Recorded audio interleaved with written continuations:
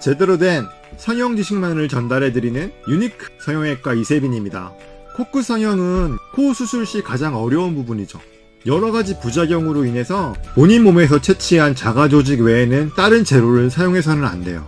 실리콘이나 매드포어 같은 이물질은 물론이거니와 필러 시술도 사실은 굉장히 위험한 부위죠.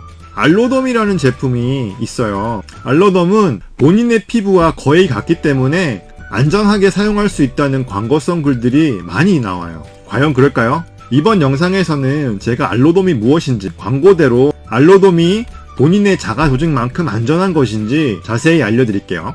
알로덤은 기증된 피부 중 진피 부분이에요. 이 진피를 다른 사람에게 이식할 수 있도록 가공을 한 거죠. 알로덤이란 이름은 사람에게 기증받았다는 뜻의 알로제닉이란 용어와 피부에 진피를 뜻하는 더미스를 합쳐서 만들어진 용어예요. 피부를 다른 사람에게 이식하면 항원 항체 반응으로 모두 녹아서 없어져 버려요. 피부를 기증받은 후 세포를 모두 없애는 가공 과정이 반드시 필요하죠. 그렇게 함으로써 항원 항체 반응을 일으키는 항원을 모두 없애버리는 거죠. 타인의 몸에 이식할 수 있는 제품으로 만들어낸 거예요.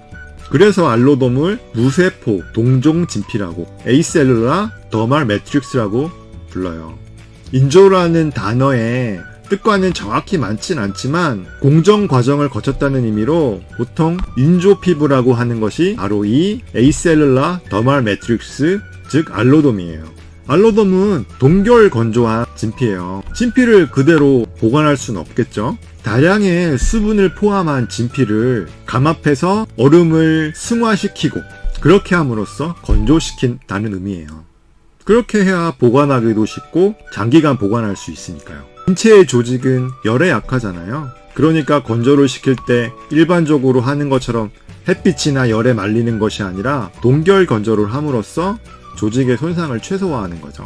마른 오징어를 생각하면 건조를 시키면 수축해버리잖아요. 동결 건조를 하면 수축이 많이 일어나지 않고 얼음이 승화된 자리는 그대로 남아있어서 빈 공간이 돼요. 그러면 부피도 유지가 되고 속이 비었으니까 가벼워지는 거죠. 알로덤을 이식하기 전에는 반드시 물에 담궈 놓아서 빈 공간을 물로 채워 넣어야 돼요. 재수화 과정을 반드시 거쳐야 되는 거죠. 알로덤과 유사한 슈어덤, 메가덤 등의 이름도 많이 들어보셨을 거예요. 이것도 같은 무세포 동종 진피인데 알로덤은 해외에서 수입한 건데 슈어덤, 메가덤은 국내에서 대한민국 국민께서 기증해주신 피부로 가공한 무세포 동종 진피예요. 알로덤이 미용 목적으로 사용되는 데는 다양해요. 코 성형은 물론 가슴 성형, 애교 성형 등에 사용이 돼요. 코끝에 자가 연골 대신에 사용하는 코끝 성형용이었어요. 그리고 콧대 성형용도 있어요. 무세포 동종 진피를 실리콘 보형물처럼 다듬어서 판매를 하는 거죠.